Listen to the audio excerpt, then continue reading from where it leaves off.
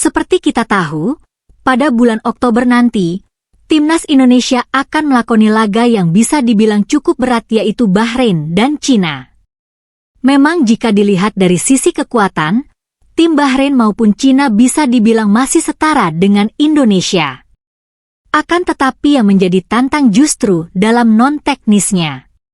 Cina dikenal sebagai salah satu tim paling rese di grup C round ketiga kualifikasi Piala Dunia 2026. Bahkan mereka ingin mengerjai Indonesia dengan memainkan laga di Qingdao Stadium, yang jaraknya cukup jauh dari kota Beijing. Dan stadion itu juga dikenal sebagai tempat dengan suhu ekstrim yang begitu dingin. Melihat siasat buruk dari timnas Cina membuat Presiden Inter Milan, Steven Zhang angkat bicara. Yang mana Zhang cukup kenal baik dengan Erick Thohir memperingatkan timnas Cina untuk tak main-main dengan Indonesia. Alasannya jelas, karena timnas Indonesia punya ketua PSSI yang cerdas dan killer. Timnas Cina memang seharusnya memperbaiki niat mereka untuk mengerjai Indonesia. Ini bukan karena urusan Erick Thohir dekat dengan FIFA atau apapun, melainkan masalah ini bisa lebih runyam bagi Cina.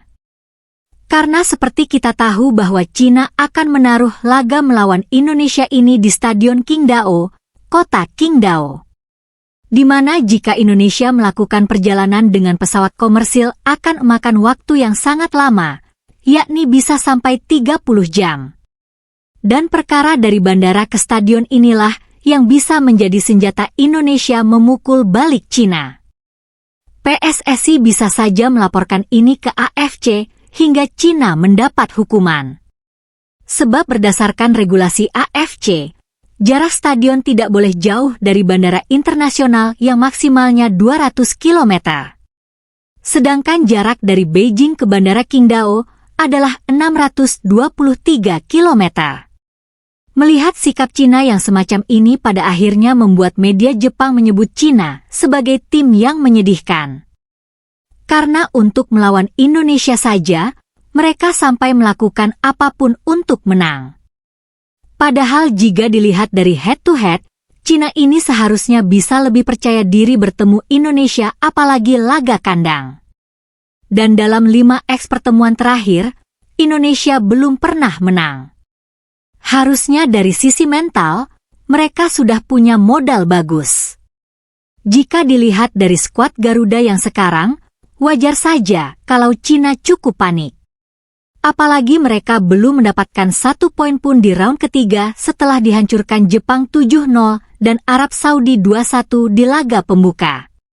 Steven Zhang, Presiden Inter Milan yang juga warga negara Cina yang akrab dengan Pak Erick Thohir memperingatkan untuk tak main-main dengan Indonesia. Dan takutnya Indonesia akan membalasnya lebih kejam saat beian di kandang. Di sisi lain, Timnas Indonesia tidak gentar dengan Cina.